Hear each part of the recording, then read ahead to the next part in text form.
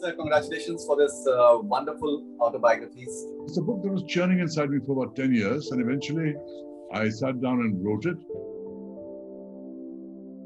When your second marriage ended, you've written that I was unfaithful. Many things in the past you hope to leave behind, never to think about again. One of the most special relationships that you've had in your life was with Parveen Babi. The love that I felt for her was extraordinary and intense, and what I saw her suffer because of her mental problems was equally traumatic in certain ways for me. When Parveen had one of her disturbing episodes, her mother said to Mahesh Bhatt, her father used to be like that. What hurt me the most was that when Parveen and I finally separated and she came back to India, the entire Indian press made it out to be that I had shattered her emotionally and therefore she had gone crazy. One very engrossing episode is your relationship with Bedi. As I explained, in the course of the relationship, it didn't start like that, but eventually we were part of an open relationship where our sexuality was open. People couldn't understand how I could accept my wife streaking, why I wouldn't walk out on her, why I wouldn't throw her out of the house or whatever. How could I possibly live with such a woman?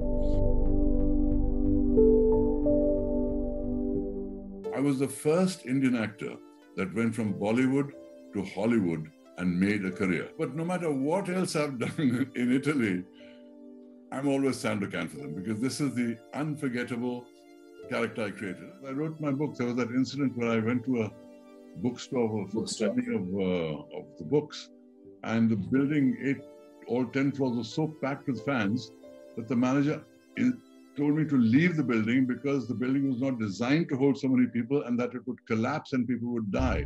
And I had to leave the building. And then I've written about all the adventures that followed on my way out, trying to get away from the building. And now I had to jump across the roofs of cars to get away. If you would like to share some thoughts about Siddharth. Siddharth was a very brilliant young man. And then the doctors in Montreal finally diagnosed him as schizophrenic.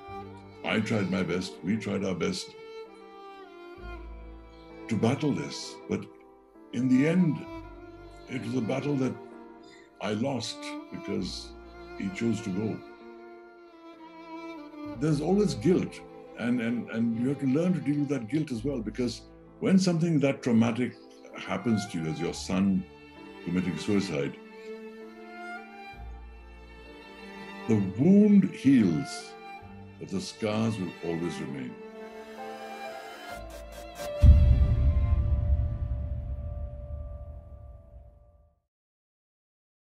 Hi, I'm Kabir Bedi, and you're watching an exclusive interview with me done by Faridoon on Hungama on my book, Stories I Must Tell, The Emotional Life of an Actor. Watch.